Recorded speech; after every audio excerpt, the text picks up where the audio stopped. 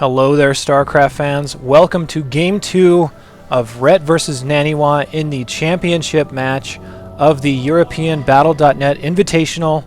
If Rhett wins this game, as he is up 1-0 in this best of 3, he will take the series and the $11,000 prize payout that he will earn from this. So we're going to go ahead and introduce these players. Here's Rhett in the bottom left-hand corner of Shakura's Plateau as the Blue Zerg. And he is fighting Naniwa, who's from Team Dignitas, even though it does not say in his name on this particular account. He's the red Protoss in the bottom right, so close by air positions. Naniwa showing a Forge Fast Expand, which is extremely normal on this map. We will see how Rhett decides to respond to that. And I'm of the school of thought that if you see this coming out of Protoss, this Forge Fast Expand, that you need to be very aggressive in one of two ways. You either need to expand again right away and get your third saturated and pump drones as hard as you can, or come in here with like a Nidus or a drop and punish them for going for that Forge Fast Expand, considering they will not have many units on the field if they do that. So a couple of different ways you should respond to that. And typically whenever I see Zergs go for one of those two, it puts them in a really nice position, either by winning the game from pressure or by just getting well ahead in economy. So we'll see exactly what happens. Pulling up the production tab. Rhett again going for the spawning pool. It looked like a 15 spawning pool went down there, so a little bit of more of an economic opening. But considering he should figure that Naniwa is going to go for this Forge Fast Expand, it's pretty fine to go for that at a little later time. He could probably afford to hatch first, but the biggest problem with that is that Naniwa could counter with some cannon rushes, making Rhett have to pull drones. So I think particularly against Protoss, hatch first has really died. It's okay against Terran, considering you can usually hold off the kind of pressures that they'll bring, but having cannons warping in next to your hatchery is really hard to deal with. Overlord's going to see where Naniwa is, so he does not have to drone scout. You can see Rhett. Whoa! Rhett is expanding to this third location, which is very, very unusual. Hiding a base already, so that's strange. It's not very often that you see something like that. You'll see that if they go for like a cannon block here or something, but not just straight to a third location. So Naniwa's Nexus is now coming down. The photon cannon and the gateway to start help constricting this wall are coming down as well. The spawning pool is now done, and Rhett has not put out any Zerglings. And Naniwa's drone, or rather probe, has left Rhett's base without getting any extensive information. As you can see, he did not see whether or not this hatchery went down. He obviously doesn't know about this hatchery. One Zergling is trying to chase his probe down, and if Naniwa sees this, this is going to be huge. Is he gonna see it? Yes, he's going to. Naniwa is going to see that Rhett is taking this expansion over here. So, wow, the cat's out of the bag. Is Rhett going to respond to this by canceling one of these hatcheries, or is he just going to go for it? Naniwa could transition into a really quick, like 6-gate timing and even this up at 1, but we'll see if that's what he wants to do. It can provoke some really weird actions. The hatchery up here does finish, and I think Naniwa's trying to stick around long enough to see if this hatchery is going to finish or not. He will not find that out because the Zergling is going to kill this probe if it decides to go in there and try to get another look. It'll kill in the next couple of hits anyway. So Naniwa just trying to run that probe away in as straight a line as possible.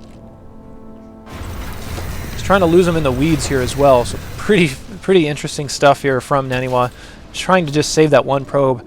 It might still actually get there though if it can squeeze its way through this cannon and the cybernetics core. And ooh, wow, he's actually still alive. So that probe is thankful that the other probe is looking out for him, building that cannon there just in case. Here comes the other Zergling trying to get a handle on this probe. I love Naniwa's aggressive scouting right now to see if he can figure out what Rhett is doing.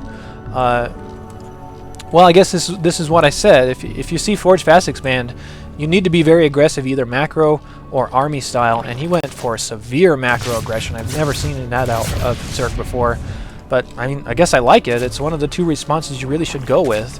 Naniwa's Warp Gate Tech has started. No other buildings have been built until now. Twilight Council coming down.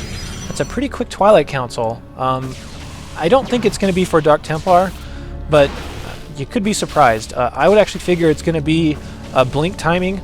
Here comes another gateway. I would imagine a bunch more gateways are going to come down, probably going up to about 6. Or if he decides to go for some kind of tech, it'll just be another tech building and maybe like 2 more gateways. but we will see exactly what's going on. There's the third. Probably waiting on minerals to drop another one. There it goes. There's the fourth additional gateway, so that puts him at 5. And how many are you going to go for, Naniwa? One more. And what are you doing, Probe? There you go. There's the 6th gateway. Sometimes you can even go up to 7, but I'm not sure what Naniwa exactly has planned here. His +1 is now done, so you can see his Warp Gate tech is almost done. Trying to align it with these gateways as well. This Twilight Council is still idle, so I don't know if he wanted to start Blink or if he was going to go for Dark Templar and wait for the gas. But I guess we'll see what he wants to do with all this.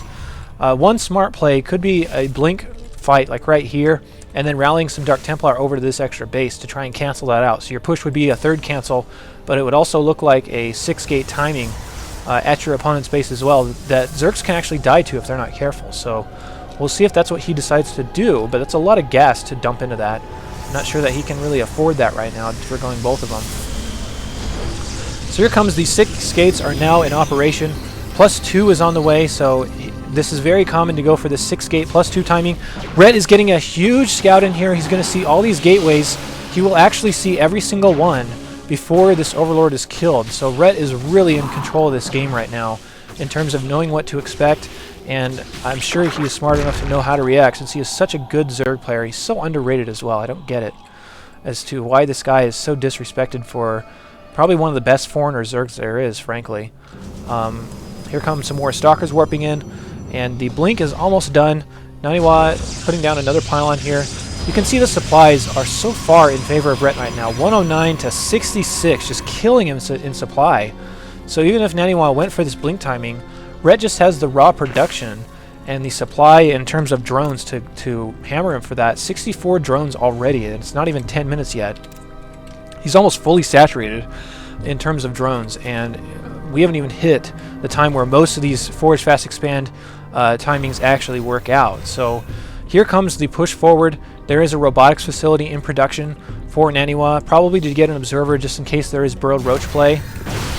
But there's still a lot of roaches on the field. I think if these two armies fought heads up, of course Naniwa would lose. I mean, his army just looks so small compared to Ret's.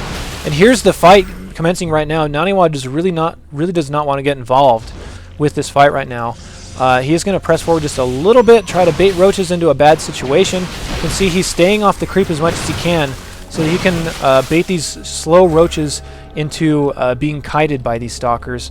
Ret's supply blocked. He's putting out 7 more overlords right now. Decent Blink Micro. He's not taken any losses thus far. He's killed a couple of roaches, but he just doesn't have the kind of punching power you would want right now, considering Ret is at 162 to 93. So this is classic Ret, just completely out-macroing people. Here's the push in once again. Zerglings flank from the side, and look at the Stalker army get completely decimated. Naniwa is backed into a corner. He can blink across this chasm right here if he really needs to get out, but he's cornering himself. He's kind of just saying, this is it, this is my last stand. He blinks right past the roaches, so pretty nice move right there to just try and get out of there and save as much as he can, but he's really far behind right now.